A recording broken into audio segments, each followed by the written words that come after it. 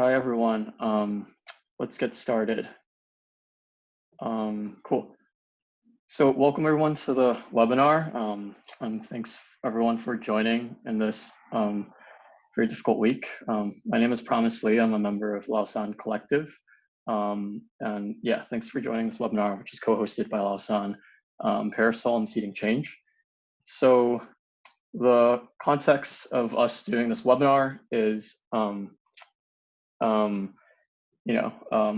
late April, some African migrants were kind of evicted in Guangzhou, and we saw a lot of kind of even some pushback from Chinese American communities, who are kind of overriding or kind of ignoring or not speaking up about the kind of anti-Blackness that have been kind of an issue in China and also in the broader Chinese diaspora community. So then a few of us, a few of our community organizations came together and did a draft joint statement, which I believe a lot of folks here have viewed. If not, I think someone can post it or find it on the Lausan homepage.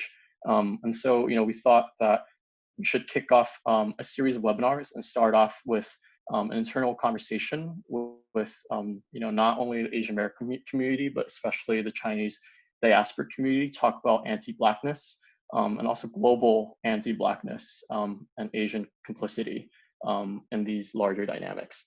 So of course, the need for this conversation is further exacerbated with George Floyd, Breonna Taylor, and the protests that are going on in the U.S. and worldwide in the last couple of days or so. And we recognize that Black lives and Black voices need to be centered. And this conversation is meant to be a kind of more or less more internal conversation with Chinese diaspora to kind of take up the need and responsibility to do the work of unpacking anti-Blackness and do self-education within our own community first. And this is not to invisibilize Black voices, but to have a space to own up to this complexity of the complexities of Chinese diasporic identity and also complicity in anti-Blackness without taking up Black folks' labor. So that's the reason why there aren't Black speakers in this panel this time, but we're looking to have follow-up conversations on Black Asian unity with more partnerships with other Black organizations in a future series of conversations this month or the next. So we're choosing to start off with Chinese diaspora identity because of the highlighted role of Chinese Americans, especially with this discourse on COVID, Wuhan, US-China conflict, and the Chinese diaspora is constantly kind of racialized, turned into a monolith, and claimed by kind of different state actors, different political actors. So in order to unpack internal anti-Blackness and Chinese diaspora community, we must first interrogate the complexities of this diaspora identity, its contradictions, its hegemony, right, even within the Asian American identity.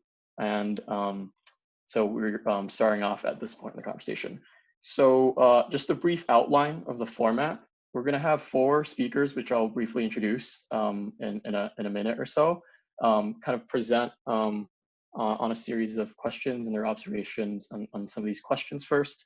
And then we'll have about 10 minutes for folks to kind of respond to each other in the panel and talk more explicitly about the problem of anti-Blackness in our communities before moving to a kind of very short breakout session, which everyone's invited to participate in, to reflect on kind of what the speakers have said and also, address the similar kind of issues and questions that maybe came out from the panel within these smaller groups first for about 7 to 10 minutes before we kind of reconvene to kind of have an open Q&A and explore these things together in a large group. So that's kind of the rough format. A few community guidelines. This is a safe space for collaboration, learning, and critique upon ethic of care, solidarity, and good faith. Rejects all ideologies of dehumanization, sexism, racism, and a lot of other things, and trying to look for constructive and restorative solutions. But if there are folks who are being persistently kind of harmful, toxic, or disruptive in the space, we will need to ask the person to leave with the moderator privileges. So yeah, these are difficult conversations. Let's be mindful not to sensationalize Black trauma and give appropriate trigger warnings when necessary, and all the usual guidelines apply, especially during Q&A. And for the record, we are recording this meeting. We are going to look for kind of other steps to see how we would disseminate it, but that's just kind of a heads up at the beginning. And we've also kind of disabled everyone from speaking until the Q&A session, just to make sure there are less disruptions when the speakers are speaking. So without further ado, we have 4 speakers today: Helena Wang, J.M. Wang, April Zhu, and Kun Huang. So April is a freelance writer and journalist based in Nairobi, Kenya. Helena is the director of Seeding Change here in New York. And JM is a member of formerly incarcerated group Healing Together, Parisol, Pacific Rim Solidarity Network, API Cultural Awareness Group, and COVID Mutual Aid. And Kun Huang, lastly, is a PhD student studying the translation of Blackness in modern China at Cornell University. So without further ado, April, feel free to start. Thanks, Promise. As he just introed, my name is April. I am a freelance journalist and writer in Nairobi, Kenya, where I broadly cover all things China, Kenya, as well as urban inequality and gender. I'm sure all of you know about, at least in a very basic sense, the events that took place in Guangzhou, so I won't go into that too much. I'll begin there in Guangzhou and then move, sort of weaving in a bit about myself and my perspective, and then end with George Floyd and the future. As a Chinese American journalist in Kenya, someone who writes of Kenya, of Chinese people in Kenya, but who has never reported in China and who does not understand, or at least did not understand very much about the complex racial history of the Pearl River Delta, I didn't feel qualified to write anything about what happened in Guangzhou, and still don't. But the series of events that took place was sort of, it was persistently framed as this crisis in China-Africa relations, which at a diplomatic level it was. But I felt like there was a frequency that was missing in the discourse, and that perhaps this was a frequency that someone like myself, someone who is a member of the Chinese diaspora, and more specifically, a mirror image diaspora of that of Africans in Guangzhou, which is, of course, Chinese people in East Africa, something that someone like me could pick up on. And I think it was that frequency, what I was looking for in the process of understanding what was happening in Guangzhou, that I feel will actually inform our inquiries, our conversations about how we think about anti-Blackness in relation to Black Lives Matter, in relation to the George Floyd uprisings, et cetera, et cetera.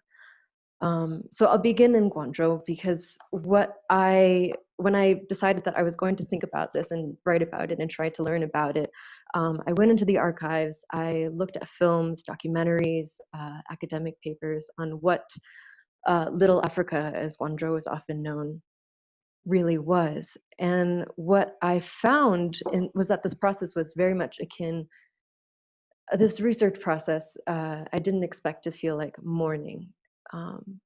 But it became very clear to me that there was something that was irrevocably lost in this entire thing, which is that there were certain spaces in Guangzhou, particularly Dongfeng, where a lot of African migrants and Chinese internal migrants, often ethnic minorities, where they sort of slid along one another very seamlessly. That was, I could only describe it as these were very intricate and diverse ecosystems that were completely indifferent to their own complexities, right? These were ecosystems of the margins, and they were by no means, you should not romanticize them. These are very precarious conditions that many people in Guangzhou lived in, but they were sort of fields on which, to use Amartya Sen's words and ideas, a plurality of identities could play out. So they were importantly beyond the purview of state and of market forces. These were sort of liminal spaces, like a sort of, liminal ecosystems that were fragile ecosystems of the margin. And And so what I wrote in this essay for the New York Review of Books, which I won't go too much into in the mechanics of it, but one of the important frames I think that I took from this was that essentially that ecosystem is gone. Whatever was liminal, whatever was organic, whatever was beautiful, whatever had potential, what was indeterminate about this kind of space is gone. And that if we want to understand why that was gone, we have to look at the outline of the shape of the state's hand in this, whether in sins of commission or sins of omission. In the essay I heavily draw from the work of Chen Zhang, and she sort of describes how the digital nationalism, this specific strain of anti-Blackness that we see in response specifically to the Guangzhou incidents, was the result of, or at least in part caused by the censorship regime in China, and how that works sort of intentionally and unintentionally to create this particular kind of anti-Blackness. But where I want to take it from Guangzhou to now sort of opening up a frame for the rest of us is paying attention to that. Where do we see through the negative space, or just clearly the hand of the state in interfering with or in destroying liminal spaces where a plurality of identities can interact, as they did sort of incidentally in Guangzhou.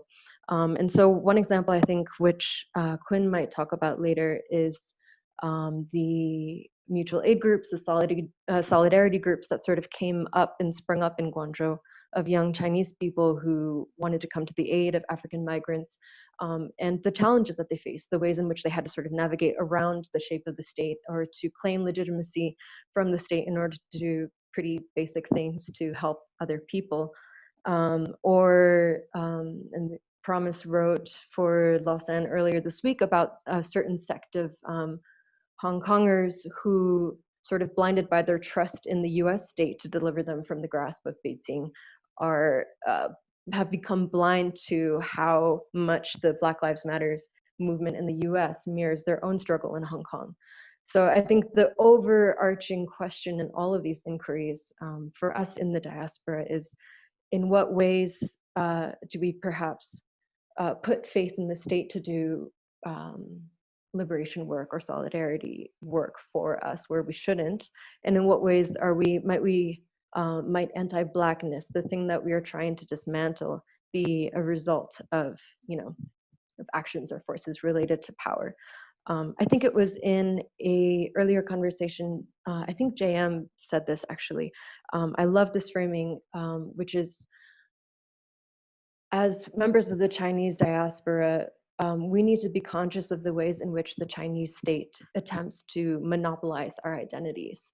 And I think I'll definitely give space for JM to go into this in detail if that's something that that they prepared. But I'll sort of end on this note, which is that we first must become conscious of the ways in which the state attempts to monopolize our identity, and then as a second step, become aware of or imagine ways in which we can create liminal spaces like that, perhaps, which existed in Guangzhou and no longer doesn't, where we as individuals have the agency to choose which among our plurality of identities, not only as Chinese and African or Chinese and Black, but as a woman, or as Hui, as Igbo, as Muslim, as atheist, as student, matriarch, et cetera, all these pluralities of identities that we all have, and ought to have the agency to control how we begin to do that. Thanks, April. That was a lot, really compact, a lot info. Thanks for sharing all of that. I think we are moving to Helena, but there might be some technical difficulties. Helena, are you on? Helena, can you hear us?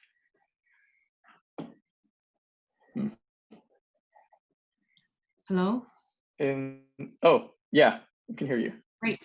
Okay. Great. Yes, cool. I was kicked off and then I came back on. Cool. Can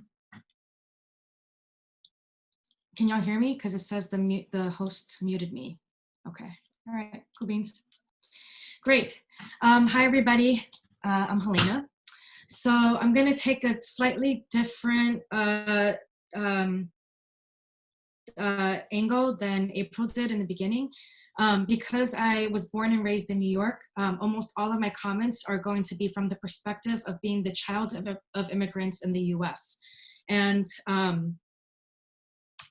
will not speak so much to kind of the Chinese state or anything like that. So my mom married a US citizen when she was in Hong Kong and came to this country. And my dad came to the US through my aunt. Both of my parents actually met in New York while they were working in Chinese restaurants in the 1970s. So when my parents arrived in New York, the work of the civil rights movement was already starting to be dismantled. There were a lot of manufacturing jobs that were moving to Mexico and then later to China, and people were being pushed into poverty. With that also came more policing in our communities, in New York especially, and the more policing there was, the more criminalization of poverty there was. So, so for example, in the 90s, you had the police kind of arresting people who were trying to make money by washing people's windows, right? So people just trying to make a living. But also by the 1990s, the city was starting to remake itself as the financial capital of the world. And instead of middle-class jobs, jobs were now either really high wages where you were in the financial industry, or jobs, or there were really low wages in the service industry. And many of the Chinese people at the time were working in restaurants, in laundries, and construction work. Right, and this continues on to today, except now there's also more home health care work. I'm laying out this context around the economics of New York because it's really important to understand kind of what's happening, to understand the U.S. and global economies as a way of understanding how we find ourselves here today. But I will come back to that. Since this conversation is a lot on kind of race and anti-Blackness, I wanted to talk a little bit about my experiences growing up in New York City. I understood the model minority and anti-Blackness actually from a really young age. Growing up, I went to public school, and my siblings, my cousins, and I were usually the only Asians in school. Most of my classmates were actually Black and Latino, and white students made up about 1/3 of the students. There were a lot of assumptions about me being an Asian girl. When I was younger, I was placed in a gifted and talented program at school until they realized I wasn't gifted or talented and put me back in regular classes. And it's only because I was Chinese and they thought I was good at math and stuff. In junior high school, my 2 best friends, one Black, one Venezuelan, said that they wanted to be a lawyer and a doctor, and they were outright told that they couldn't do it from the head of my school. I certainly was not told that I couldn't do something, right? But at the same head of my school also felt that it was okay to ask me to babysit her nephew and her son for free, and felt like she was exposing me to an American life. So I share this to say that there's a lot of assumptions and commonly held views that we need to examine, because there are stories that we tell ourselves about how we made it in the US, right? And so part of the reason why I wanted to do this webinar is because I wanted to have a conversation with other Asians and Chinese people.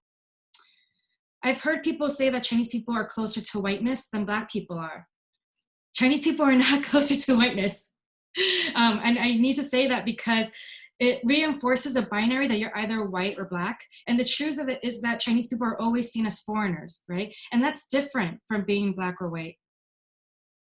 I've also heard things like Chinese people are not political.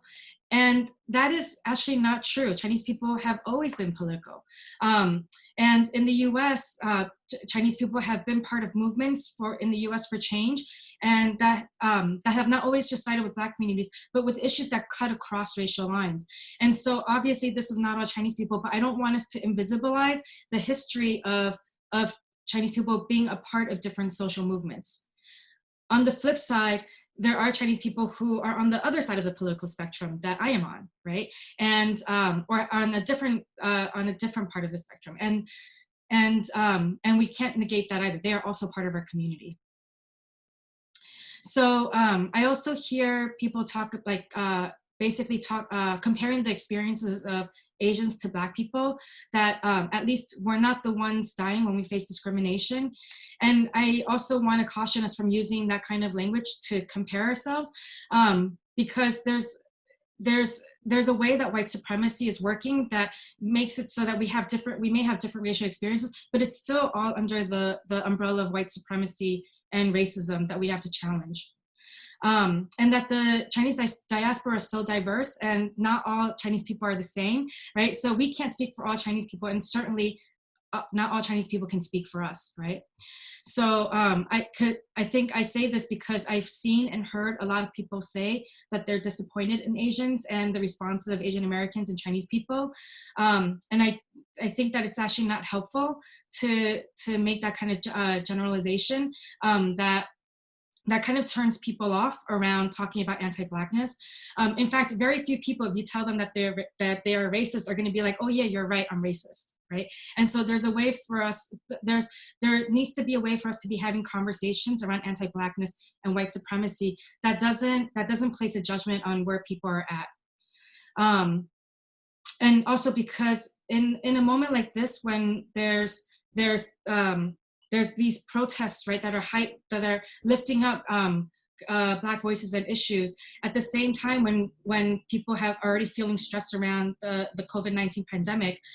There's a lot of stuff that's going on in our heads that we actually need to sift through and make more clear. So these days, I've been struggling with kind of the focus on anti-Blackness, not because I don't think that it's important, because of course it is, but I think that my struggle with focusing on anti-Blackness in our community and in conversations like this is that it doesn't engage us in conversations about how we fight together with Black people.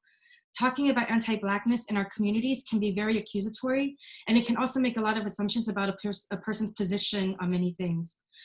So here are the things that I think we should be talking about instead, but more that things I think we can be talking about as well. I think we need to be talking about broadening the social safety net, what it means to have public education, good jobs, affordable homes, and rent, right?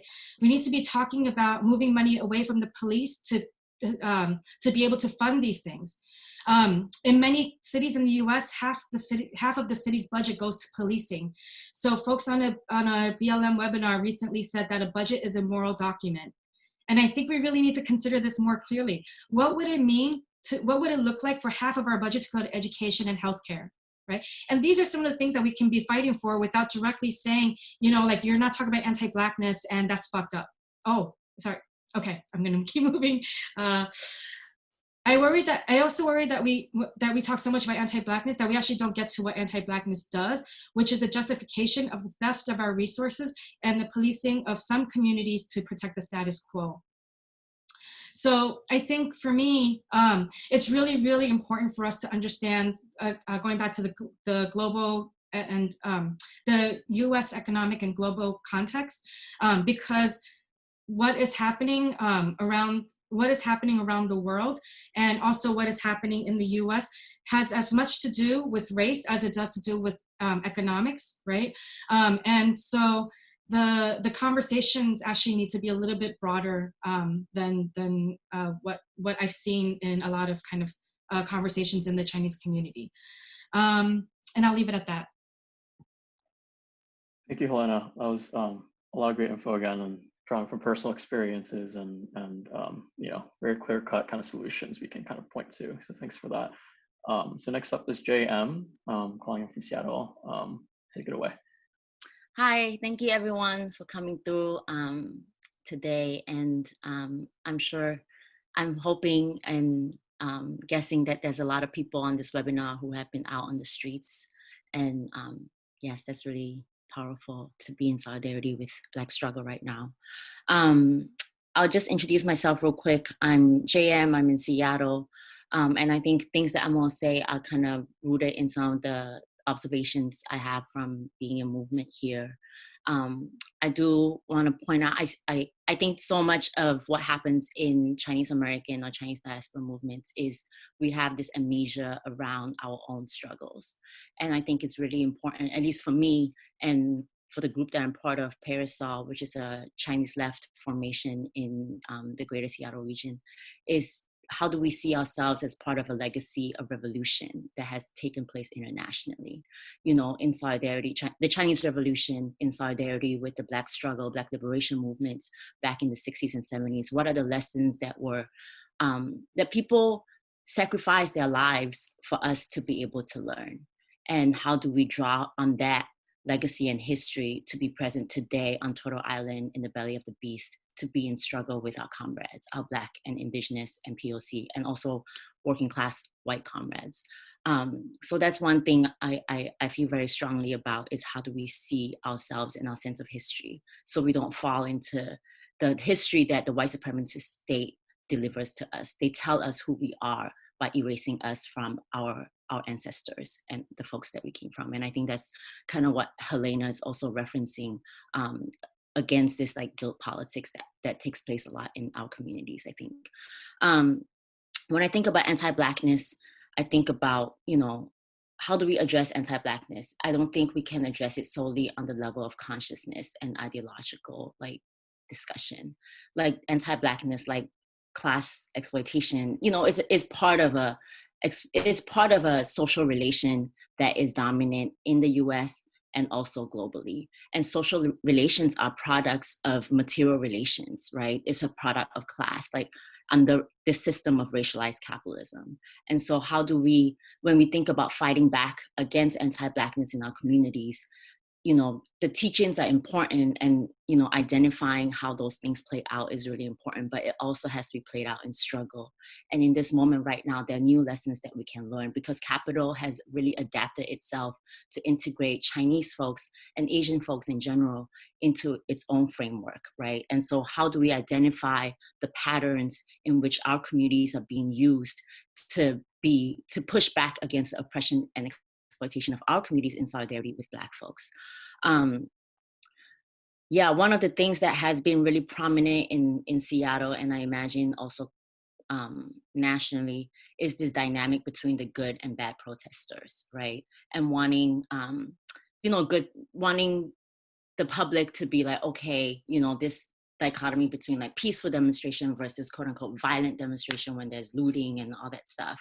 And we know, like, with this pandemic, it just heightens the class rage that people have against the system. And in Seattle, we see, you know, most people are suffering and in pain and losing their jobs. And then we see freaking Bezos becoming the first freaking trillionaire. And they don't really pay taxes to this city. And, you know, Seattle has become this company town for Amazon. And that's pushing gentrification, that's pushing houselessness. And there's a lot of class rage against that, even from non-Black folks, right? And so how do we think about like the moment that's happening right now as a combination, as an expression of, you know, the oppression that Black communities are at the forefront of under racialized capitalism, where the police are the defenders of private property, they're the defenders of capital, and how that plays out is they squash a lot of rebellions. And the fact that Black folks are some of the most militant folks in this country, it means they are the targets of this repressive authoritarian force. So I think pushing back against this notion that there is a right, legitimate way to protest, and then there's this wrong ways to protest. And in Seattle, how it's being presented is, you know, the mayor here is very sophisticated. They call the looters these white anarchists, you know, these white men who have privilege, and, you know, they manipulate social justice language to get the public to denounce more militant actions against capital, right? And that is a really tricky moment. It's like I see a lot of people around me trying to figure out how can I call out, you know, dumbass white people without, you know, also like delegitimizing the struggle. But in reality, in Seattle, even though the mayor talks about these white protesters and outside agitators and how they are the ones being bad protesters, when we look at the jail records, we see that predominantly is Black and brown youth who are being arrested on these felony charges around whatever looting and, you know, malicious mischief, whatever. So I think one thing that we can do, as I would say in Seattle, as like Chinese folks, Asian folks, is how can our communities not fall into that dichotomy that delegitimizes Black rage, delegitimizes class rage. And, you know, I see here like how our communities are so ready to be the model citizens. Like the day after, you know, all the graffiti was that up and downtown, our communities go out and, I mean, not all our communities, some sectors of our communities go out and help clean up the quote unquote mess that was created, rather than, I mean, that the city should be doing that. The city should be responsible, because this is only an expression of this ongoing repression that they have been pushing down on folks of color and working class folks in the city. They should be responsible for the cleanup. And I know it's coming from this like narrative of like, okay, we are all part of this city, but how much of that actually hides the class differences within this identity of quote unquote Seattle together. Sorry, I know I have limited time, but I would say some material ways of how we can think about solidarity is, you know, building meaningful relationships with folks in our communities, Black folks, you know, Indigenous folks, POC folks. And in that sense, that there was this phrase that someone on some of the webinar had said of, you know, when we think of solidarity, it's not about being friends, it's about being in struggle together and being able to keep it 100, right? And to offer like how, yeah, to keep it real. And I think for us as Chinese folks, is again back to this idea of not letting the Chinese state or the Chinese American ruling class or, you know, middle class monopolize our identity. Part of it is also us recognizing our own working class, right? There is a Chinese working class in Seattle that has no voice in any of these ways that Chinese Americans are being presented. Like, they're not living in Bellevue, they're not going to those private schools, they're massage parlor workers and restaurant workers. But so much because of language stuff, because of, you know, the lack of context and understanding of American politics, you know, their subjectivity is being lost. And so how can we engage with our own working class and also keep that conversation real with our Black and brown comrades? I have 30 seconds. Second thing is, you know, how can we support like mass education on the streets right now? Like, I go out to the streets and I see a lot of youth hanging out, and, you know, people are waiting for that action with the police. And there's a lot of us here who have the knowledge of how racial capitalism works. How can we support the life on the streets to make it this communal, autonomous space where people are learning from one another, where people are seeing Asian folks not as like punk ass model minorities, but actually out there engaging in struggle together. And then the third thing is, how can we offer material support to Black and brown organizers? And I think this is where the mutual aid stuff comes in. Myself and a lot of, and some people on this call are part of COVID-19 mutual aid. And a big part of our work is, you know, how to put resources into communities, Black communities who are being disproportionately impacted by this pandemic. And so I think having some way to have material support to folks who are fighting on the streets, that's really important. And then also, like, how do we, you know, support folks who are currently incarcerated? Incarceration, I think it's a really big connection between, like, well, this is a bigger thing, but maybe later we can talk more. But, you know, when I think of the working class, international working class, and how it's being, the roles that it has under racialized capitalism, you know, the working class in China, that's a group that a lot of us are keeping attention on and thinking about solidarity with. You know, how can we build the connection between working class struggles in China and the class struggle led by Black folks in the US, which actually is taking place in the prisons, right? A lot of Black and brown folks in the prisons are poor workers, you know, who were either unemployed or making really, really low wages, and then were thrown into the prison system. So I think that's one way to think about like international solidarity.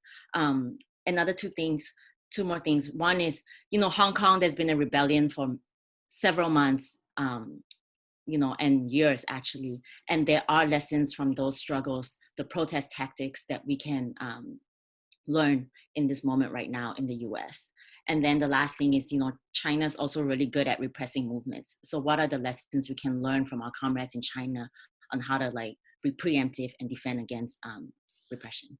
Okay, I'm done. Thank you. Thank you so much. That was a lot of amazing information, and I think there's also kind of you know, some resources being shared in the chat. So, and again, we could go into a lot more of this, you know, for the rest of the time we have. So thank you again, Jam. So lastly, we have Kuhn. Kuhn, whenever you're ready. Hi everyone. So it's very inspiring to hear everybody express how we can support Black struggles and fight against racial capitalism. I will go a slightly different route based on my own upbringing and like how I get to learn about anti-Blackness within the Chinese community. So I am a PhD student at Cornell working on a dissertation project about how racial Blackness is translated in modern China. And I want to emphasize that like right now, I'm a non-resident alien in the US with a 5-year F1 visa, which expires next year actually. So actually this sense of like counting down, like to have like constantly on your mind, this counting down to having to leave this place, I think significantly define my own diasporic experience, like as a foreigner, as an international student here. And I came to think about anti-Blackness in China through lived experience. So I was born and grew up in Guangzhou. And as a kid, I knew like, oh, in some areas of the city, you will encounter people who look totally different from like the Chinese majority. But there wasn't any like public discussion on how like Guangzhou is actually a very diverse city. And then we will hear, I guess many people share this experience, like older generation folks talk about like just like making offhanded remarks about Black people who they have never interacted with. And I started to think about anti-Blackness like as an issue more seriously about 5 years ago, when I noticed on the Chinese internet, some bloggers started to sort of like formulate or synthesize a more systematic discourse or even theories on anti-Blackness. So a theory that a racist theory that is partly like translated and appropriated from the kind of scientific racism, white supremacy discourse in the US. So there's a lot of like this, if we talk about international solidarity, there's a lot of transnational alt-right, right-wing discourse that is also circulating, and they're sort of learning from each other in a sense. And from this anti-Black comments of bloggers, there's like this trend of attacking the African male populations in Guangzhou, who are mostly African traders, and their female Chinese partners. And I remember there was this very brave Chinese woman who married a Nigerian guy. So they have 2 kids, and she would engage in all this like anti-racist battles through like introducing Nigerian culture and different aspects of African history, and then sharing her family moments, who are like very sweet. But then her post would like, this was like 5 years ago, but her post would always like be inundated by like terrible, like even like death threats and threats of castration. And people even like post like very horrifying pictures of like dead bodies or whatever. So and she sort of like disappeared from the internet sometime after that.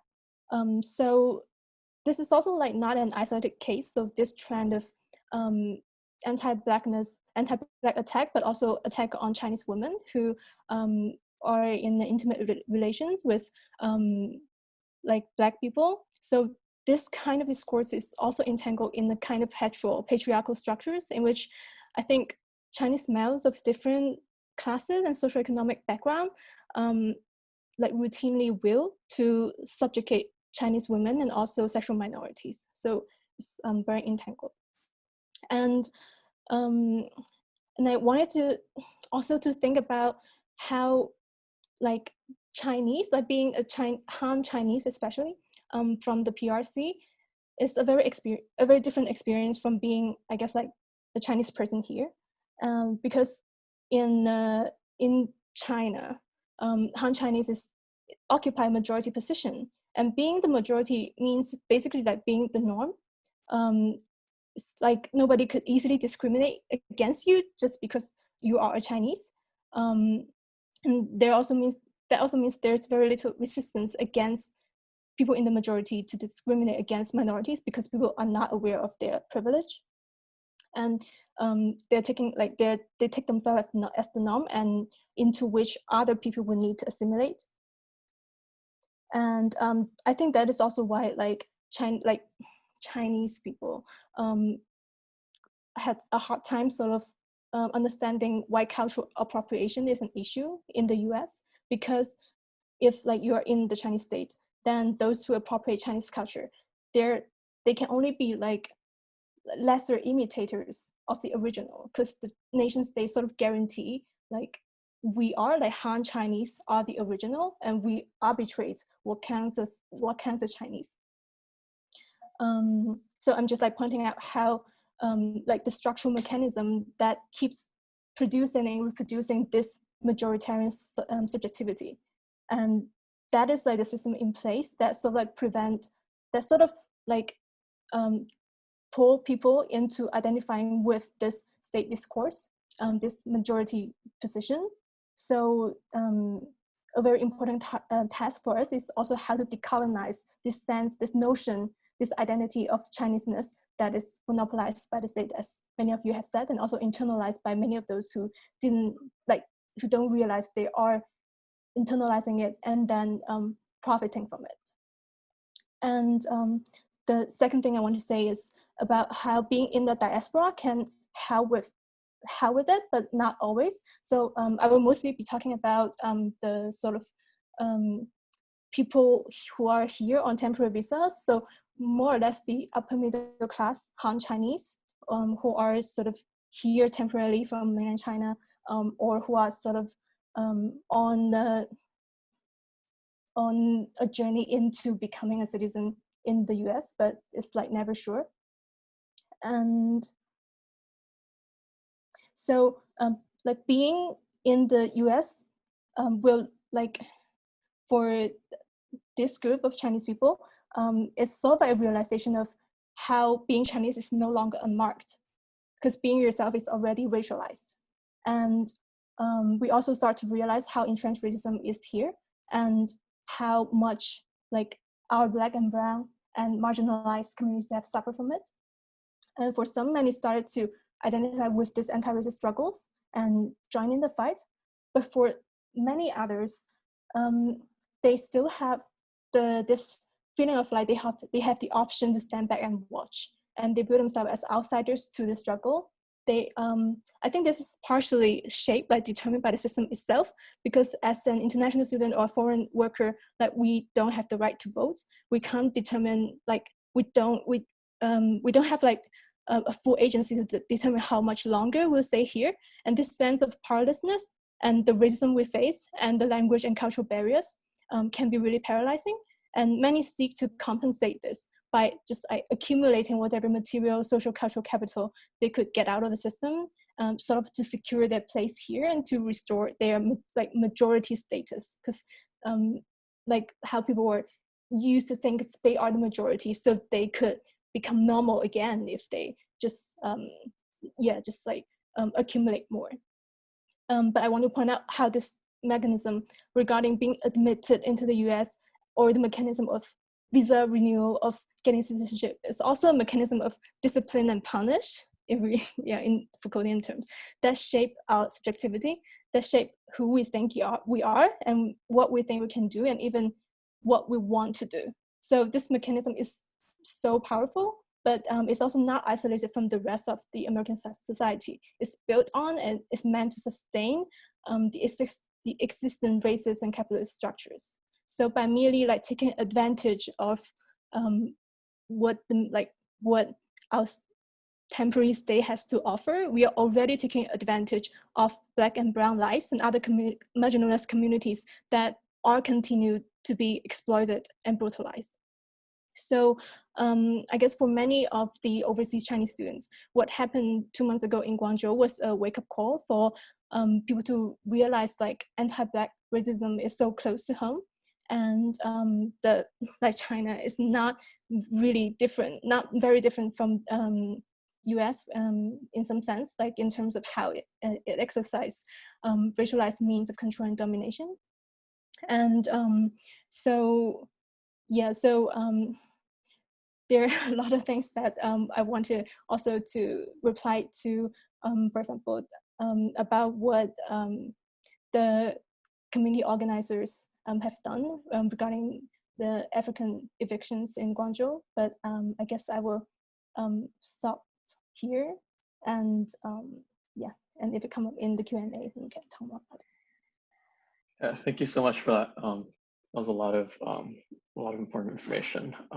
So I think a lot of folks have kind of points that they want to kind of wrap up as well. So let's take maybe 7 to 10 minutes for maybe speakers to kind of maybe respond to issues or points or topics that came up in each other's presentations, especially around kind of what we can do together to combat anti-Blackness in light of these complexities in the Chinese diaspora communities. And yeah, just kind of want to make space. Like, for example, Jay mentioned a lot of folks here on the streets. Like you mentioned, the kind of rampant extreme racism that goes on in Chinese social media. What are ways that we can kind of keep furthering these conversations? And yeah, just want to give about maybe 7 minutes for folks to respond to each other. So feel free to jump in. If I could jump in, not with a response, but more of a broadening of a question. I think the really important points that Helena and Jam brought up, which is sort of problematizing this dichotomy between dismantling bigotry, sort of like talking about anti-Blackness and self-critique, and that side of things, and then the other challenge of basically getting power and like what power really is. This dichotomy, I think something that I've been thinking a lot about and struggling with, I don't have an answer for this, is when we choose between the two, and like when that matters. For example, I think in the US there is a specific race relations in the US is one thing, and power relations and class struggle in the US within a nation is one thing. When you're talking about internalized, or not internalized, but internal racism of white Americans and Black Americans and Asian Americans and all these, of course, not along a hierarchy, but like all of these different groups of people, I think is a very different context than in Guangzhou, for example, where you have African migrants, Black people in general who are foreigners, and who, in the case of Guangzhou especially, are often very vulnerable people. They don't have, they are living in precarious situations, and so there's that, there are parallels. There is a precarity. There's obviously the most important parallel is a lack of power in both of these situations. But in terms of practical action, I don't have any answers to this, but how do we think differently when it comes to getting power, and when it comes to dismantling the poisonous, the things that Kun was talking about, these very entangled in patriarchal and racist and anti, these like just ideas, and yeah, those very insidious kinds of ways of thinking. Do we treat it differently depending on what context we're looking?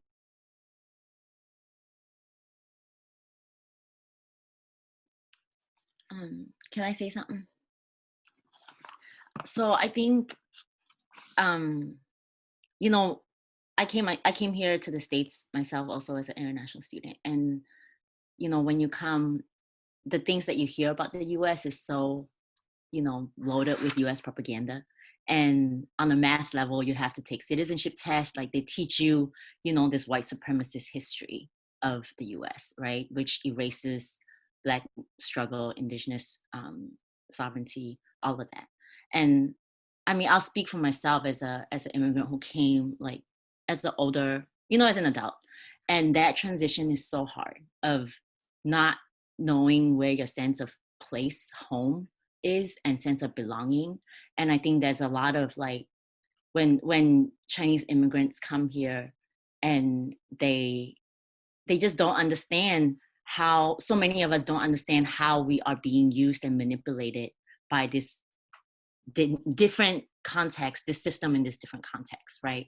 And I think of like the Peter Liang rallies back in 2016 or something, when the Chinese outright or Chinese right used the language of MLK and civil rights to justify you know, not to justify, but to you know, negate the terror, the police terror, and to support Peter Liang, an NYPD cop, in the middle of BLM. I'm like, how the hell did you get from, how the hell did you manipulate MLK's language around civil rights, democracy, and use it to, you know, be part of this justification for police terror, right?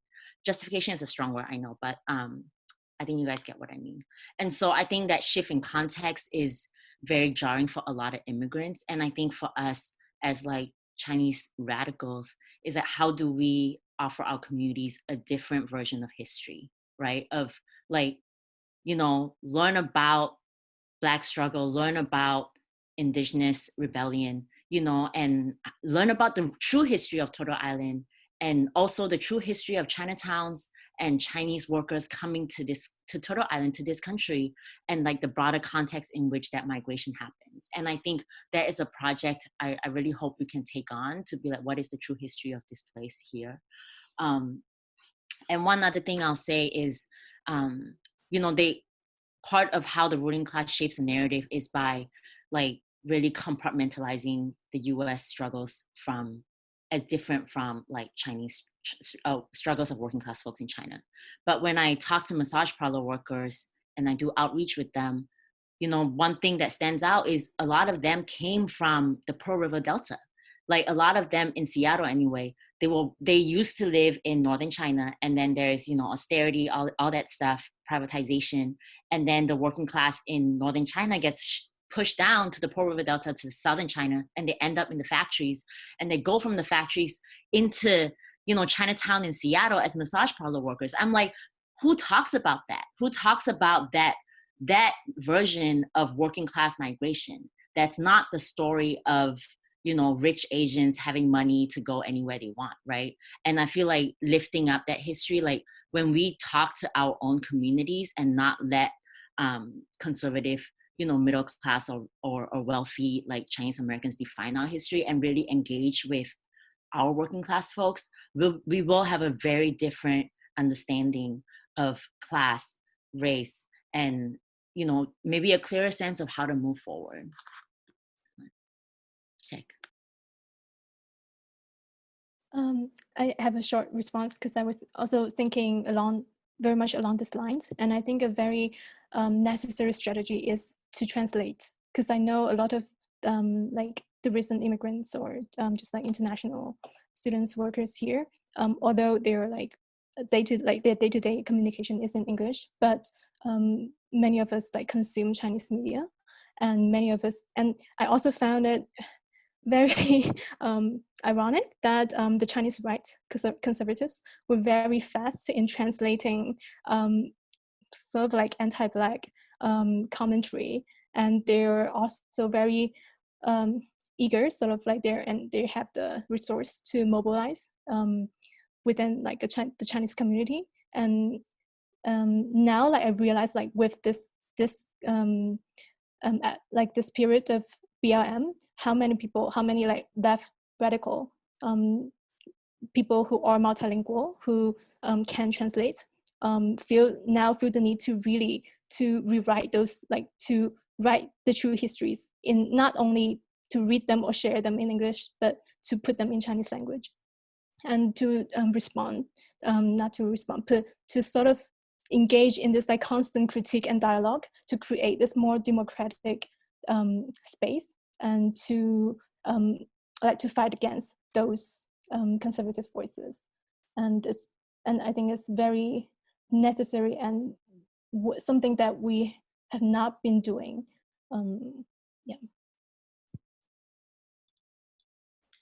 Yeah, and I think just to add that, and I say this for a lot of kind of younger Chinese American folks who want to organize and who want to have these conversations around anti-Blackness.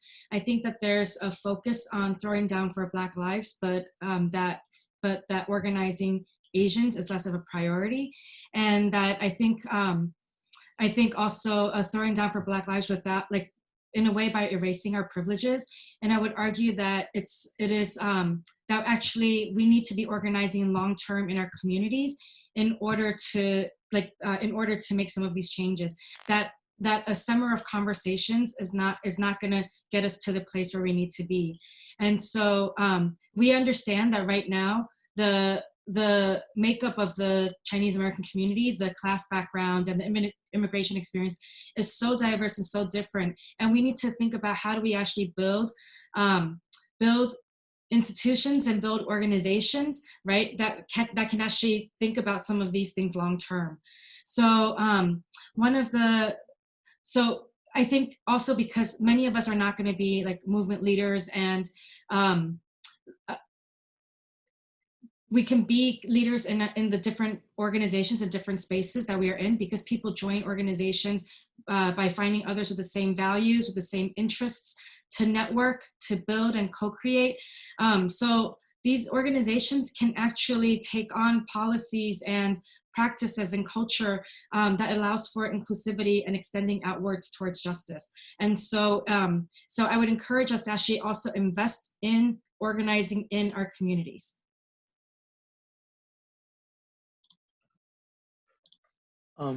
Thanks a lot. Yeah, thanks everyone for these topics.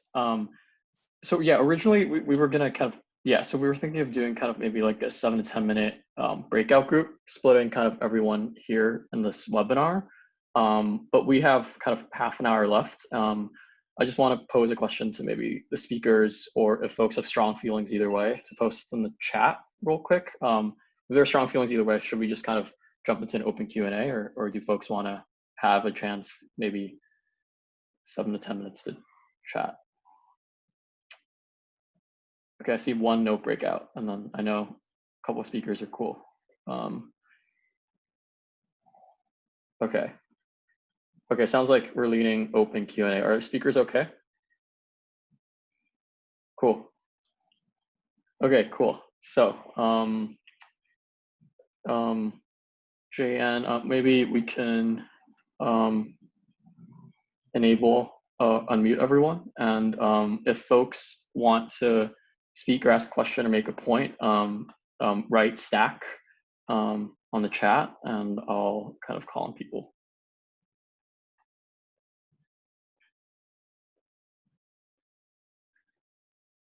Yeah, and we can talk about, you know, how we can keep in touch after this call. You know, this chat would be saved, and yeah, we're monitoring the chat. Yeah, just responding to the chat.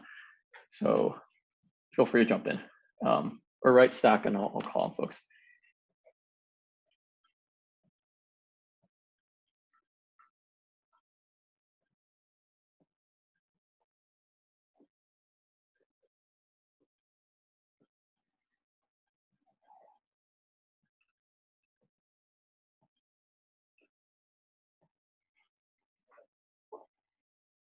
I'm just gonna kind of briefly actually touch on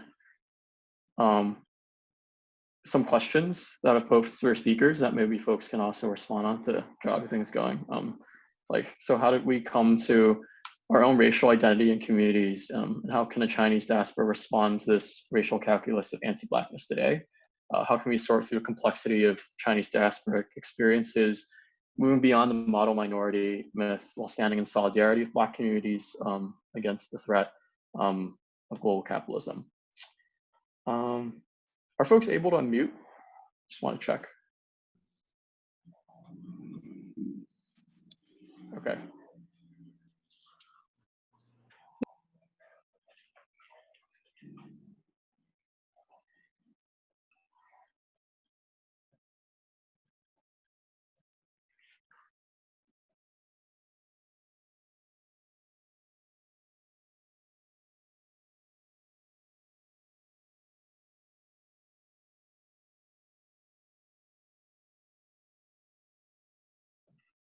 Sorry, there was a question.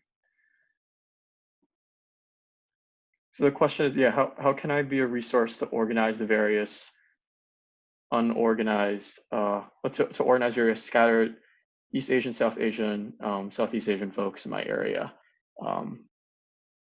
Does anyone want to respond?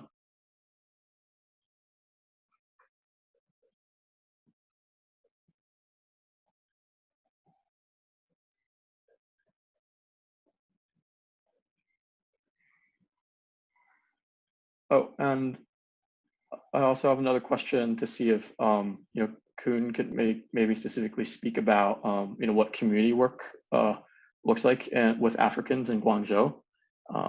If you could speak to that. Yeah, so I was also involved in the mutual aid group to address what happened in April. So I don't know if there are more people who are more involved, because I'm helping remotely. So I don't know what really happened like at the front line. And also we're organizing like in very the community is a little bit like disconnected, because we concerned about privacy and censorship. So although initially we have like huge groups of like hundreds of people who are sort of like trying to help, but then those who actually like make contact on the ground and those who are helping remotely, and then we also like got separate into different groups. For example, those who help with fundraising, and those who are on the front line doing the quarantine pack deliveries, doing the kind of like shopping, and also like ordering food. And translating for whatever need that occurs in the quarantine process. So we're basically very separate, and people don't know about who each other are because the concern of security. And also the organizer had to keep it almost like underground, because which didn't succeed, because the sort of the ads for volunteers get shared openly on the internet, and once it got shared onto Weibo and whatever, people like the right-wing folks just jump in and even sort of report this as groups that explicitly disobey quarantine rules and get just like going around and like breaking all this movement restrictions. But we had a very complex relation with the Chinese government, because in a sense, what we were doing or was in line with what the government was trying to do, in some sense, because they have to really sort of mitigate the situation, and they have to respond to the different African governments that are questioning what is happening in China. So this issue sort of get resolved because it's also a diplomatic issue. So so if we talk about Blackness in China, is on an international level, but at the same time, really like after this, like I guess for many people it seemed that things have returned to normal, but it's not like this, because still people are like, it's very hard for people to find places to stay for African folks, and also for other foreigners, even like Asian foreigners. And then let's see. So so people are thinking about how to build institutions to sustain this, like what we were doing, and also how to navigate this very complex relation with the government, who had their own sort of goal, but at the same time, we like, how do we sort of build on the government's like temporary support, anything, but then how to navigate, like how to really do work that that the government is sort of don't want us be doing. Because any kind of mobilizing is almost constantly seen as a threat to the authority. So I think there are two questions on the chat. Joiming and Ran, do you want to speak on it, or should I could just reiterate it for speaker. Yeah, hi, this is Ren. I can talk about it. Sorry, I joined a little late, so I don't know if this has already been discussed. So I'm also an international student from China, and I've been here for 7 years.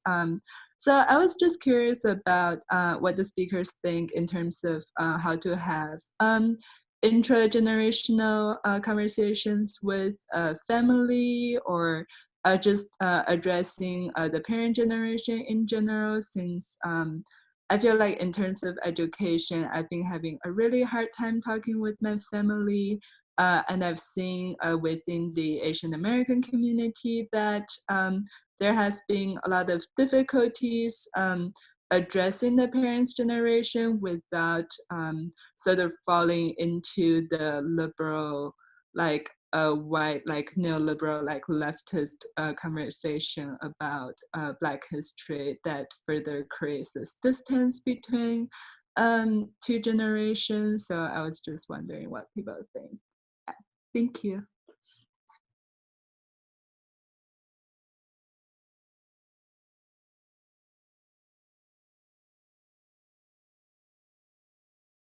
I kind of have a very convoluted response to your question, because my family's also not in the States. And it's funny because, well, it's ironic because I'm hearing a lot from my folks back home that, there's a lot of Chinese media is really like talking about what's happening in the US right now, of like, comparing it to, Trump was so supportive of the Hong Kong movement, and now, the rebellion's breaking out in the US. Take that. It's a really like, they're feeding this black rebellion in the States into the narrative of, I think, US-China like relations and relations between two state powers and competing imperialisms. And so I have folks who are calling me and being like, whoa, yeah, we really support Black folks' struggles. And, and because they're so anti-US or critical of the US, but then that doesn't actually translate into folks actually caring and loving Black people where they are. It's a kind of opportunistic support for Black struggle here. And so I think, that's one angle, that's one way to question our folks internationally of like, how do we not, just use Black struggle as like a symbol, but actually care for Black lives, right? And well-being. The second thing that really stood out to me, and I don't think this is related to your question really, but the second thing that stood out to me is how the I can't breathe phrase has been adapted in China. One of my friends sent me this photo of a Chinese migrant worker, and maybe folks from mainland will know better, but that this Chinese migrant worker, she was killed by the police when she was trying to go to the factory to get her back wages. And they also, it was a case of police brutality, police terror, and they killed her. And now, this was maybe a few years ago, but now her image is resurfacing with the slogan, I can't breathe, right? And so folks are like localizing that call that's led by, the Black movement here, localizing it to their own class conditions, right? Which I see as like a response to, the Chinese state wants to co-opt Black struggle in China by making it this thing that's so distant. That's like, that's proof again how terrible the US government is, right? They're trying to use Black struggle as a symbol, but folks, the working class folks in China, at least some of them are localizing and actually taking the heart of that this is about police violence and terror. But then how do we also then include that this is also about actual Black lives, and that we as, a society also have to challenge our own anti-Blackness. So yeah, check. So there's a few questions on the chat. If it's okay for a second, I'm just gonna combine, I think a few of these can be combined and folks are building on each other, right? So I think Joy Ming, Wilfred, Zizi are kind of asking a similar question about how to talk about anti-Blackness across kind of Chinese Asian identities across US and China, and how, you know, both nation states kind of share a similar praxis, or you know, share praxis of racial capitalism, settler colonialism, militarism in different ways, and how can we talk about anti-Blackness and these questions without lapsing into violent discourses favored by the state, Chinese nationalism, and Joyming mentioned even, you know, discourses of like Hong Kong ethno-nationalism that has kind of come up. So open question.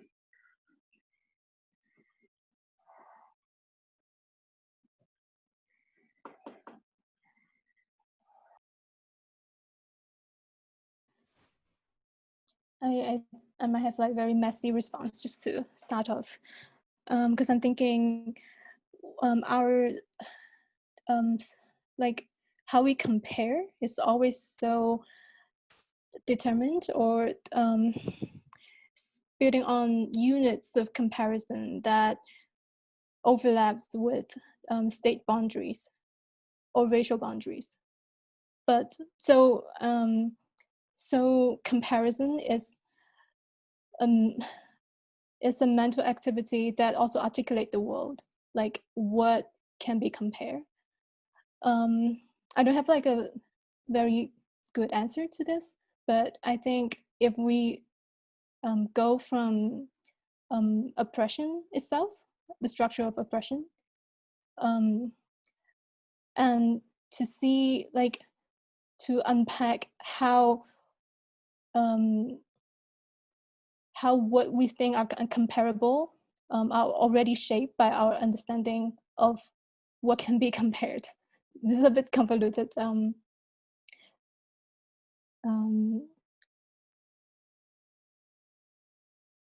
I was also thinking about James' question about how do we learn from or get inspired by struggles elsewhere, but then also don't take away from the focus that is put on Black life, in a sense. I also don't think there's any good answer to this. Like, I think it's a tension that we just have to live with. And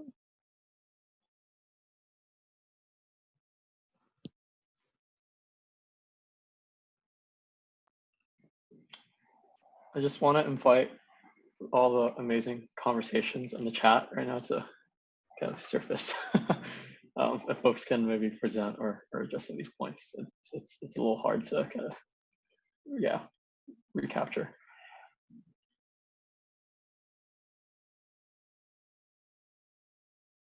If I can just build on, I think a bit on what Kun was just saying.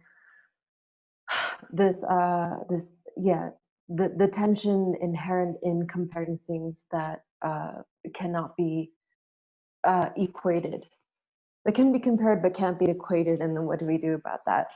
I think that what I've seen in Kenya so far is that Black Lives Matters has invigorated what has been a really long-standing and painful conversation about police brutality here, which has a very different context. It's very much a direct inheritance from colonies, you know, the British colonial administration. It takes different forms. It can be resisted in different ways. It cannot be protested against in certain ways because it is lethal. And I think I have learned a lot from I think what has become a really reinvigorated movement here in Kenya for police abolition. I think there are models for ways in which, I think you see the tensions. I think that you see ways in which the language and the tactics of Black Lives Matters protesters in the U.S. is being used to varying degrees of success here, but I also think you see ways in which people are very much, in which organizers and thinkers are sort of synthesizing all of these things in a different way and sort of using the energy of the uprisings in the U.S. to sort of turn to our problems here. And I think part of the power of just the fact that all of, like I said, the deluge that's sort of come up with George Floyd, and of course a lot of that has to do with the centrality of the US in global narratives, but the part of the power in all of that is that it brings up everything all at once, and so we're forced to compare things that can't be comparable, but it also makes it easier to, for example, in the case of Kenya, it makes it so much more clear and easier for people to point out where, where ethnocentrism or tribalism in Kenya translates quite easily to whiteness in the US, but also where differences break down, So this is, I mean, it's a powerful moment right now, not just because of the momentum that exists, but because of the unparalleled ability to look at all of these things at once, protests in Nairobi, in Hong Kong, in New York City, and, in Palestine and Gaza, and sort of see where all of these things match up, where they overlap, where they don't overlap. And if anything, I think this is a good opportunity to, I mean, this is not an answer by any means, but to think about what can be compared, what can't be compared, and to not, and to use whatever we can to capitalize on whatever momentum exists, the sharing of resources that's happening now more than ever, and yeah, do what we can in the I think I'll say two things in response to some of the questions that I'm seeing in the chat around how to talk to people around BLM and all that. I think that that these conversations need to be happening at different levels, that it's not just about the one-on-one interactions and the one-on-one conversation. That is definitely a really important piece, and I'll get back to that in one sec. But it's also going back to what I said about the building of organizations and institutions that actually, sometimes organizations and institutions, when they're able to put out a certain position, it actually helps people think about an issue differently, right? So, for example, I think about talking about gentrification in New York City. When we first started talking about it door-to-door, people would be like, I don't know what you're talking about. What is gentrification? But then we started to do events in the community as an organization and got the media to report on our events and to talk about gentrification the way that we wanted to talk about it. And it started to shift the minds of people in the community, right? So there's different levels of engagement and education that needs to happen. So that's one piece of it. I think the second piece of it, going back to the one-on-one conversations, is I actually do wonder if there are different ways for us to be having conversation. So instead of just focusing on the anti-Blackness piece, right, and supporting kind of the instead of just focusing on the anti-Blackness piece, I think one thing that I've been thinking about is, what if we have conversations with people in our community, like the Chinese business owners, and ask them, instead of boarding up your store, what would it look like for you to actually support the protesters if they come to our community, right? What would it mean for us to actually extend ourselves instead of kind of shying away? And so I know, for example, there are people in New York who are wanting to go to store owners and say, put up these Black Lives Matter signs to show solidarity. And I think that's important. And I think that kind of misses a little bit about speaking to the fears and the assumptions that the store owners have, right, around what is safety and not having their livelihoods destroyed. And so can we actually speak to that, as well as speak to the anti-Blackness piece? And I think that that's some of the harder conversation, right? It's can we do a little bit more to support our family members to get to a different place, instead of just saying, hey, you need to be at a different place.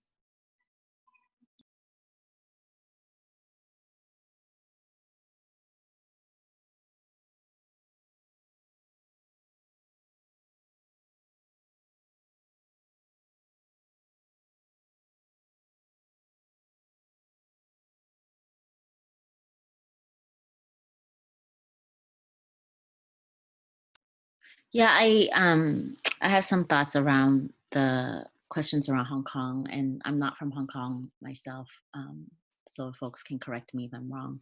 But I think there is such a sense of Hong Kong exceptionalism, and I think it's really important to acknowledge that struggles, you know, around the world are all unique in their own ways, in relationship to the histories with British colonialism, these, you know, Western European imperialist powers.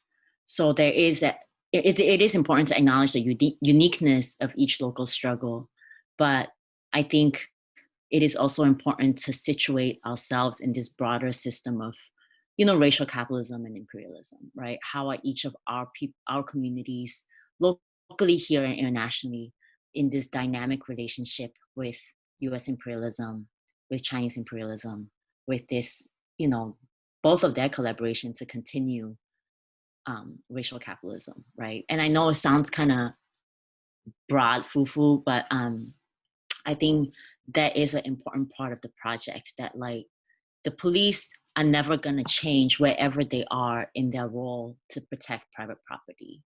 And to, you know, the state can change in how it wants to relate to different factions of, you know, movements. But when you touch capital, you're going to have the cops, right? And so, you know, how do we understand, what is our vision as like progressive Chinese folks in diaspora? What is our collective vision for our world, the world that we want to build? And from there, think about how are each of our localities situated in this broader system and how we can fight back around that. I think there are, you know, in terms of thinking about Hong Kong, US solidarity, there are some very concrete like knowledge that, you know, US protesters could gather from what Hong Kong protesters have gone through. And I think supporting those international conversations is one way to show Hong Kong folks, like when you think of the US, don't think of, you know, white people. Like there's a very rich legacy of BIPOC, Black, Indigenous, POC struggles here that folks can learn from and find allyship in, that is not the Trump administration.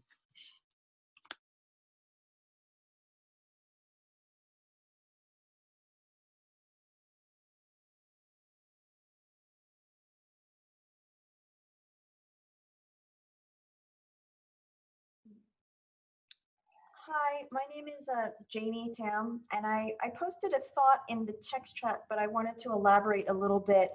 And I guess I wanted to, something that's come up in some conversations that I've had with my friends who are like interested in things happening in Taiwan, and my family's from Hong Kong, is, you know, how to balance this, you know, the tendency for America to really take a center stage in like globally, in that the global left, some human rights atrocities are given much more attention than others. That is, you know, how do you explain to people on the left who are concerned about what's happening in China, that they should be focusing on American politics? That is, you know, solidarity can sometimes feel unbalanced, where there's a lot more support around the world for I guess movements happening in the U.S. and fighting global racism. But yeah, I don't know if people have thoughts about, you know, like how to balance, you know, challenging anti-Blackness in the U.S. context, while also recognizing that, you know, that America tends to always take center stage. I don't know if people have reactions to that. Can I say something? Sorry. Hi, I'm Anne. I saw your chat, and I think it's important to, in regards to anti-Blackness, I think it's important to address that anti-Blackness isn't just a US issue, because I've seen a lot of takes in which, when talking about Black Lives Matter, which it is always in the framework of the US, but we see so many protests happening all around the world to show solidarity for Black Lives Matter. And I think it's important to take this opportunity to reflect not in the US framework, but to reflect in Hong Kong, in China, in Taiwan, the anti-Blackness that occurs in in the local context and framework. And in terms of US taking center stage, that's definitely true. I think it would be a good opportunity for us as Asian Americans, or not even Asian necessarily Americans, but like as of the Chinese diaspora, to kind of bring a coalition between our friends in Asia and our friends on the West to show that what's happening in the US and in Hong Kong are truly mirrors of each other. And if we can get both sides to understand, to kind of draw points on what's happening on each movement, to see that there are more similarities than there are differences, and to compare in a way that would be effective, and not to like play the oppression Olympics and to play whataboutism, I think would be a good way to bring both, expand the movement for both sides. Yeah, I really like that, Anne. Thank you. And maybe framing things not so much as either or, but both and. That, you know, like I think one thing that also comes up is like media attention being a scarce resource. And that, like, you know, like the US tends to get so much of it relative to other countries, but it doesn't have to be one or the other. Yeah, thank you. I did want to chime in on the Hong Kong US question.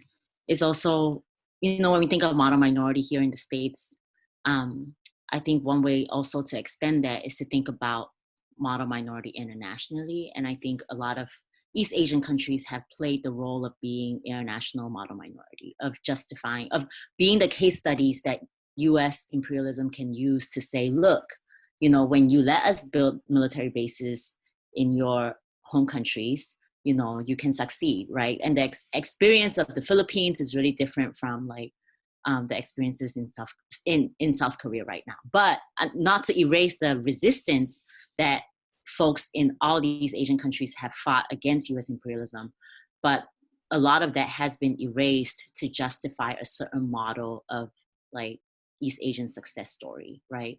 And so I think the question for our movements in Asia is, what is your take on US imperialism?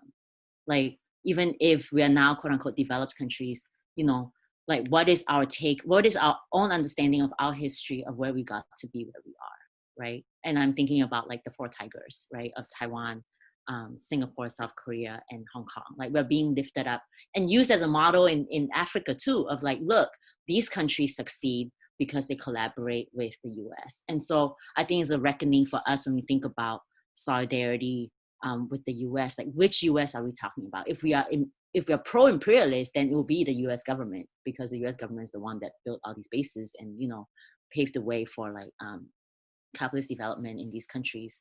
But if we're anti-imperialist, then we'll think about the connection with the legacy of the Black liberation movement in the 60s that was anti-colonial as well. And so, you know, even from a strategic place, like if, you know, the strategy and the politics go hand in hand, right? Like it is very actually strategic, I think, for Hong Kong movement right now to build with, you know, the US Black movement right now. It's like, this is no longer a time where where if we're thinking of building allyship and folks that can, you know, push, that can intervene in thinking about China-Hong Kong relations. It's no longer just the US government. It's no longer just the Trump government. Like there's other movements that are strong that when they declare solidarity with Hong Kong can mean something, can be actually meaningful, right? And so I think on a strategic level, there is that question, but that has to be tied with the politics and actual care for like Black lives. I'm also like, cause coming from mainland, like how I'm just very aware how how criticism of American imperialism can be instrumentalized to legitimate other forms of imperial formation. And so how do we think of, like, granted that still America, the US, has a kind of hegemonic power over a very large part of the world. But how do we not, like, we don't need to choose between different imperial entities. Like, how do we use the analytic of imperialism to also recognize other imperial formations, and how not to just think that like we don't have the choice. We do have the choice to recognize imperialism in the making, existing imperialisms, and the alternative to it that is more transnational than comparing different, like a better imperialist states or entity.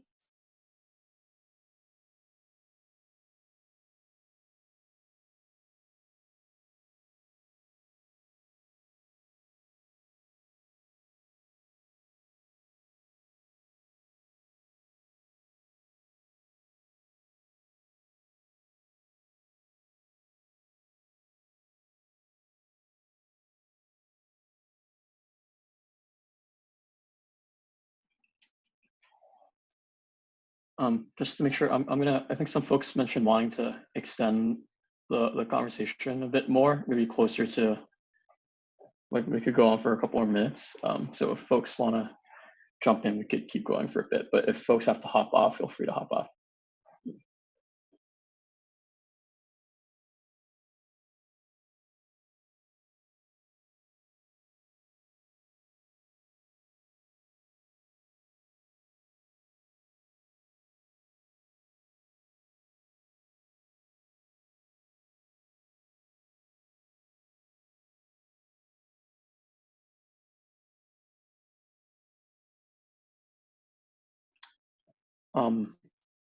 Any other questions? Maybe there was quite a bit in the chat, so I might have lost some of the questions.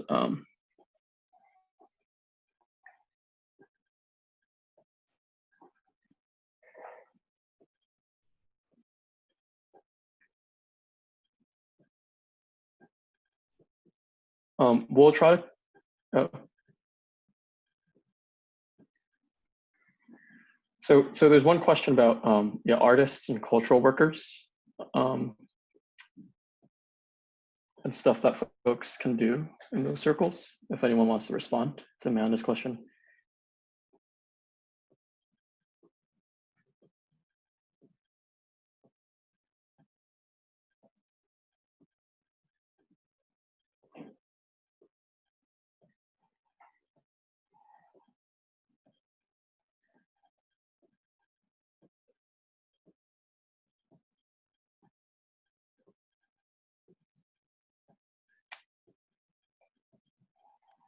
I think. Okay. Oh, go ahead. Sorry. I just, in this COVID moment and like this conversation around anti-Asian sentiments that are coming up, I think I was listening to a webinar a couple of weeks ago, and one of the speakers was like, let's remember when we talk about anti-Asian violence in this moment right now, how do we not let, some pro-cop like Asian American groups then talk about, let's have more police, push more hate crime legislation, have more law enforcement involvement in quote unquote protecting us, and have a different vision of anti-Asian violence as something that includes talking about imperialism in Asia, that includes talking about colonization in Asia, that talks about health disparities, amongst Asian American communities versus white communities. Like there's different ways to think about anti-Asian violence that doesn't include like working with law enforcement and the state. And I think to have cultural workers, like, I don't know, cultural workers are like propaganda machines, I feel. Like you can get, really complex messages out there in like, concise and beautiful, attractive ways where people will digest them. And so I think it would be cool to think about what are some messages that we want our, Chinese, specifically Chinese, but also like broader Asian American communities to get at this moment that's crucial for us in this moment. And yeah, to think of like a variety of ways to disseminate the information.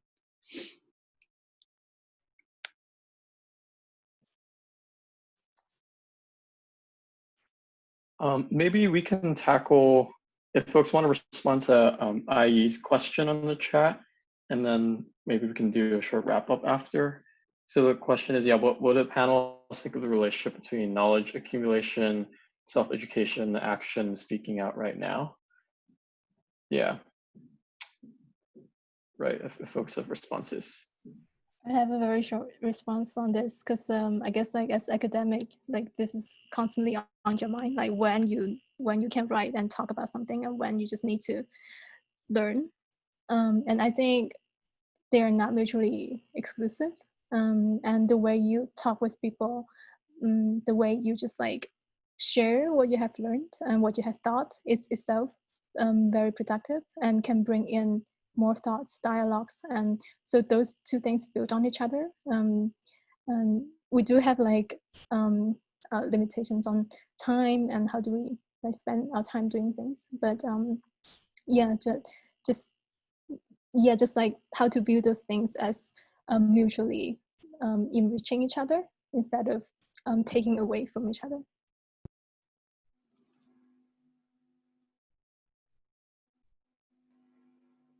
Yeah, I would just add one point to that as well, because as I sort of spoke about in my earlier bit, all of this came out of a process of, for me, personal exploration about what, it was, yeah, a process of learning that really brought me to anything that I do know about it, and still am put in the position of talking about something I really don't feel like I'm an expert in. But what I would add to that also is that in the process of learning and being open, I think a lot of the dialogue around dismantling anti-Blackness, but also more things, is directed as sort of this it's sort of this unidirectional. I think in a lot of these conversations, Chinese Americans, Asian Americans, downloading information, downloading enlightenment onto our, Chinese relatives or people in mainland China.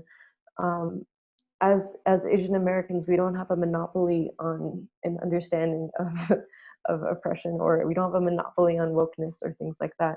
And there's been so much that I've learned from people in mainland China in terms of their thinking about how to their specific conditions around organizing and working, against the state and within the boundaries that the state allows, and what they've done around that.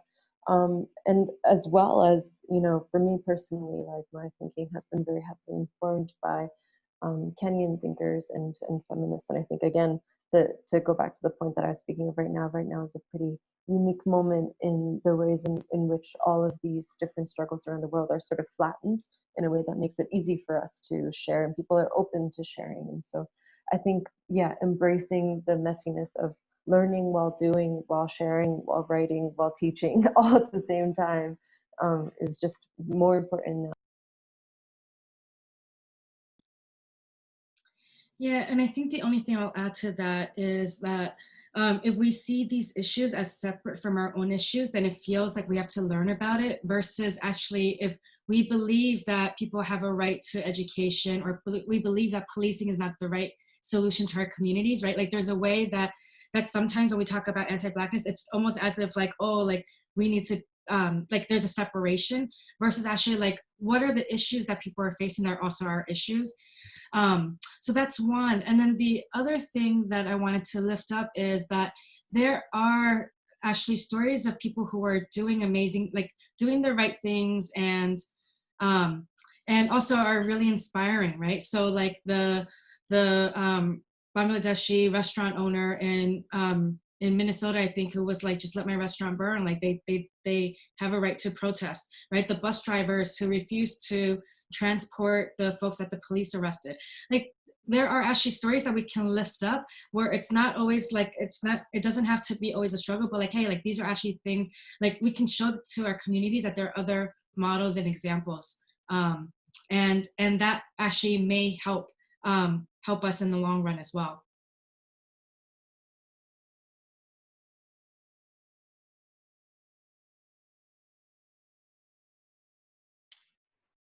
I guess there's a question specifically for April and other folks too on the chat if folks want to respond.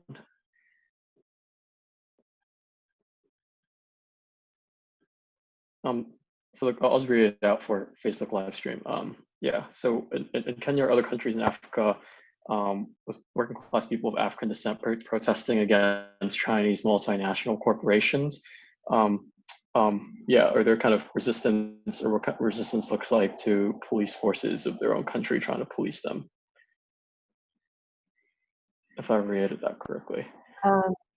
Yeah, this is a really big question that goes into territory that I have not personally researched deeply into. I think where the point I will make, and the way in which I would frame this question if I were trying to answer it and conduct research into this, is I think that at least in Kenya, the neo-coloniality of China's involvement with Kenya, the way in which the negotiations basically have been captured by the political elite in Kenya has led to this, to a lot of resistance from the grassroots level, especially when it comes to infrastructure mega projects. A lot of the resistance has become racialized, and and I think when you take a look at, for example, the standard gauge railway, which is the huge white elephant project that has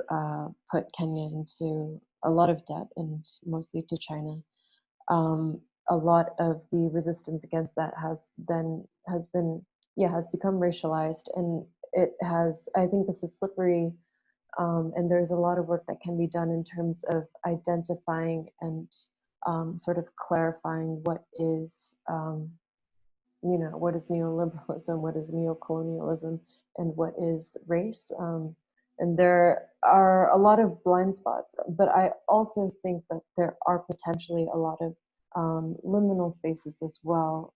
I'd like to imagine, I think there must be more work that has been done that maybe it just hasn't come to my attention, of potential spaces of interaction between members of the working class in Kenya or other African countries, and of those who are brought in by these Chinese projects. But I think that's a space where there is a poverty of imagination, and certainly there needs to be a lot more work done in that. But yeah, that's all I have.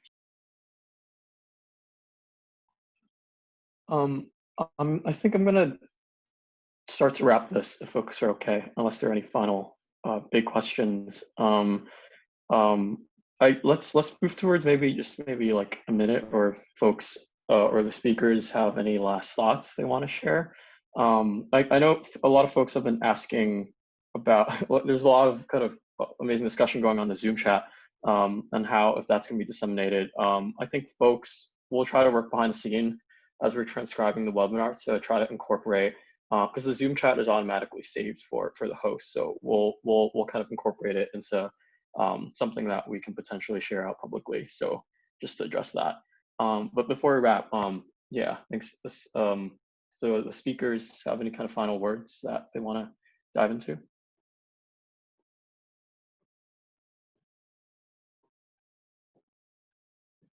There's a question for Kun on the chat. I don't know if folks are able.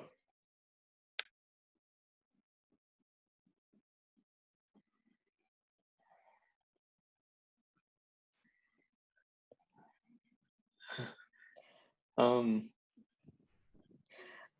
Yeah, I think we can continue the conversation elsewhere. And I guess my last comment would be, how do we take the whole discussion, like our webinar, as not like the concluding point, but a starting point for many of us who want to do something and to collaborate, to work on, like continue to work on some projects for our community and also for solidarity building. So yeah, so I look forward to further engaging with many of you and to continue this conversation and also more actions in the future.